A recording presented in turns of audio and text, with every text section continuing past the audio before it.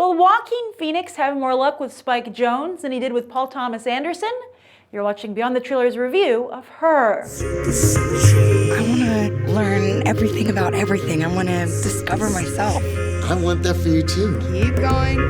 Keep going.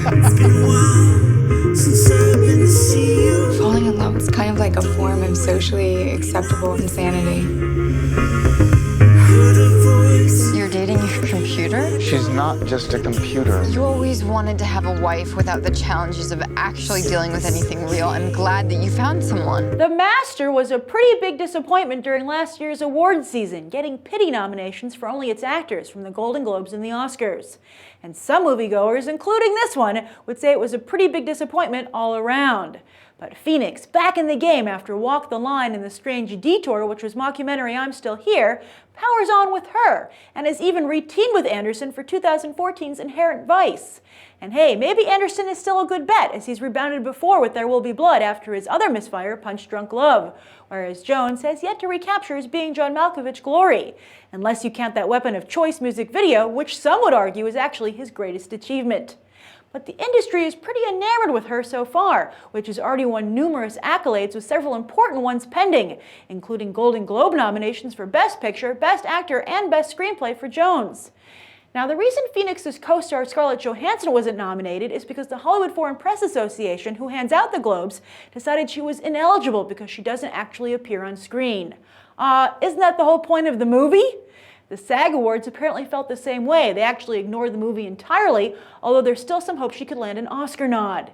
It would seem that Her is the perfect love story for our tech-savvy times, but didn't the Big Bang Theory think of it first? Admitting you like the movie Her is a lot like admitting you're dating your operating system, or OS as they call it in the movie. Because in both cases, it's like admitting you're not totally acing life. And because everybody likes to keep their guard up and seem like, hey, everything's fine, I'm doing great, despite the fact that we're all going through very similar problems, we feel alone because we're not willing to discuss those problems openly. And that societal catch-22 is what I think Spike Jonze captures and breaks open so perfectly here by creating a portrait that I think a lot of people are going to not only relate to, but will hit very close to home. However, my phone hated the way it was portrayed, but relented that at least this was maybe the first step to more positive, realistic portrayals of technology in future films. Speaking of my phone, though, this is a product. I paid for it. And that's an element that I think Her never really addressed in the movie. At no point did Joaquin Phoenix walk into the store where he bought his operating system and say, hey, look, my OS fell in love with me, we had a fight, and now nobody's sorting my emails. This wasn't like some AI foster program that he signed up for. They were like, this thing's going to become sentient, we need someone to guide it and teach it about the world. It was something that was supposed to provide a service. And I think that's a very fascinating asset to the relationship that just wasn't explored. But that's a creative wish for the film that I would have liked to have seen it gone there. And I think that's due to the fact that the film is so amazingly believable, that it creates a situation about a human being falling in love with an artificial intelligence that's so believable, and more that feels natural, that you can start to think of stuff like that. It starts to enter your mind. And that's all credit to Spike Jonze and Joaquin Phoenix, who are a fabulous duo here. And I actually think Joaquin Phoenix deserves Best Actor of the Year for this film. And I think Spike Jonze deserves Best Screenplay. They really did a phenomenal job. And what I think is the best depiction ever of humanity's relationship with technology. But the other people that also did a really good job on the film are the design team.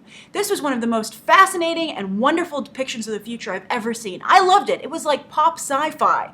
And that's because it showed a future that was exciting enough and advanced enough that you were like, oh, it's the future, and look how great things are going to be. But at the same time, it seemed attainable. It wasn't like the Jetsons, where you realize that this kind of technology is decades away and you're never going to see it. So that's what I liked about it. It was such a subtle vision of the future, but not so subtle that you were like, it's really just today. You just put some, it was very funny. They all wore these high-waisted pants, which was kind of amusing. It was like Uniqlo meets Apple products, but I could totally see that happening. But I really enjoyed this film. My only problem with it was that it was too long. It was way too long. In fact, I actually started to get angry that it wouldn't end. I was like, you won me over, I loved it, now let me out of the theater. But I still, at the end of the day, when all was said and done, I loved it. I found it fascinating. And I think it's easily one of the best films of the year. So I'm curious what you guys think of the film. What do you think of this, what it's saying about humanity and technology? Do you feel it was a weird gray area, a very intimate gray area that, I can't even really say if I thought it was good or bad? Write your thoughts down below, and thank you for watching my review, and you can check out some more episodes right now.